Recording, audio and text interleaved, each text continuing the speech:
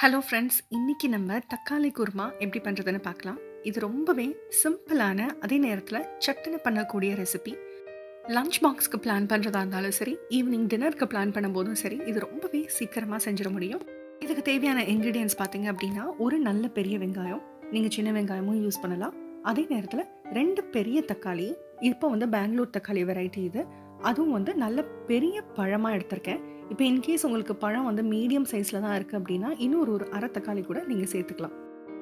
அதே மாதிரி தாளிப்புக்கு பார்த்தீங்க அப்படின்னா, ஒரே ஒரு ஏலக்காய், ஒரு சின்ன துண்டு பட்டை, அப்புறம் இந்த நட்சத்திர முக்கு ஒரு அரைவாசி, அப்புறம் ரொம்ப முக்கியமாக நம்ம பிரியாணிக்கு யூஸ் பண்ணுற கல்பாசி. குருமா வெரைட்டிஸ்க்கு இந்த கல்பாசி ரொம்ப நல்ல ஃப்ளேவரை கொடுக்குங்க. அதுக்கப்புறமேட்டு தாளிக்கிறதுக்கு கொஞ்சம் கருவேப்பிலையும் எடுத்து வச்சாச்சு. இப்போ அடுத்து இதை நல்லா மிக்சியில் அரைச்சி எடுத்துக்க போகிறோம். ஒரு 6லேருந்து 7 தேங்காய் சில்லு. இந்த ஒவ்வொரு பீஸும் பார்த்தீங்கன்னா 1 இன்ச் அளவுக்கு தான் இருக்குது. இப்போ இதுவே நீங்கள் சில்லு போட்டு ஃப்ரிட்ஜில் வச்சுருந்தீங்கன்னா, கொஞ்சமாக அதை தண்ணியில் ஊற வச்சிங்கன்னா அந்த சில்னஸ் போயிடும். அதுக்கப்புறமேட்டு நம்ம அரைக்கிறதுக்கு யூஸ் பண்ணலாம். அதுக்கப்புறமா 2 பச்சை மிளகா, ஒரு 1.5 இன்ச் அளவுக்கு இஞ்சி, ஒரே ஒரு பல்லு பூண்டு, ஒரு அரை டீஸ்பூன் அளவுக்கு சோம்பு, அரை டீஸ்பூன் அளவுக்கு கசகசா, 4லேருந்து 5 முந்திரி, இந்த மாதிரி சின்ன சின்னதாக உடைச்சு போட்டுக்கலாம். நம்ம தேங்காய் எல்லாத்தையும் சேர்த்து தான் ப்ரெஷர் குக் பண்ண போகிறோம். அதனால நம்ம ப்ரிப்ரேஷன் ஸ்டார்ட் பண்ணுறதுக்கு முன்னாடியே இந்த தேங்காய் பேஸ்ட்டை நம்ம அரைச்சி ரெடி பண்ணிக்கலாம். இப்போ எல்லாத்தையும் மிக்ஸி ஜாருக்கு ட்ரான்ஸ்ஃபர் பண்ணிவிட்டு கொஞ்சம் கொஞ்சமாக தண்ணி சேர்த்து இதை நல்லா ஒரு பேஸ்ட்டாக கிரைண்ட் பண்ணி எடுத்துக்கலாம். இப்போது இதுதான் நம்ம பேஸ்ட்டோட கன்சிஸ்டன்சி. இந்த அளவுக்கு இருந்தால் போதும். நரன்னு இல்லாமல் தேங்காய் நல்லா மசிஞ்சிருக்கணும், அவ்வளோதான்.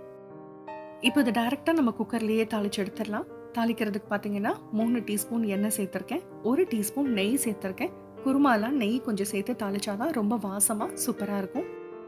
இப்போ அதில் ஒரு 1/4 டீஸ்பூன் அளவுக்கு ஜீரகமும் நம்ம எடுத்து வச்சிருந்த தாளித்த இன்க்ரீடியன்ஸையும் போட்டுடலாம்.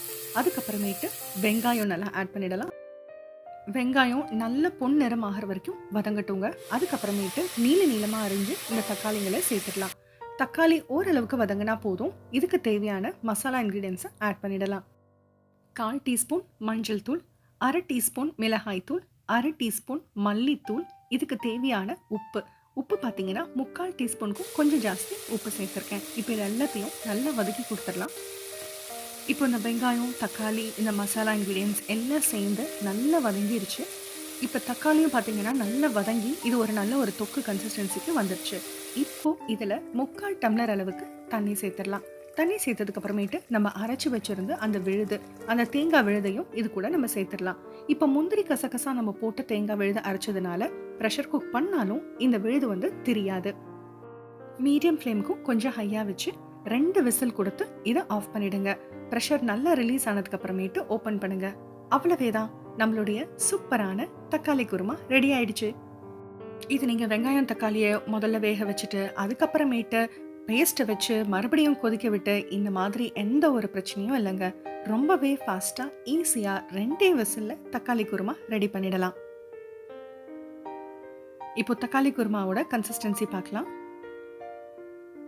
இங்கே பாருங்கள், இதுதான் பர்ஃபெக்டான கன்சிஸ்டன்சி.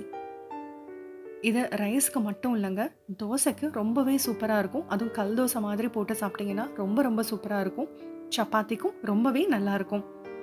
கொத்தமல்லி தலை தூவி இதை கார்னிஷ் பண்ணிடுங்க.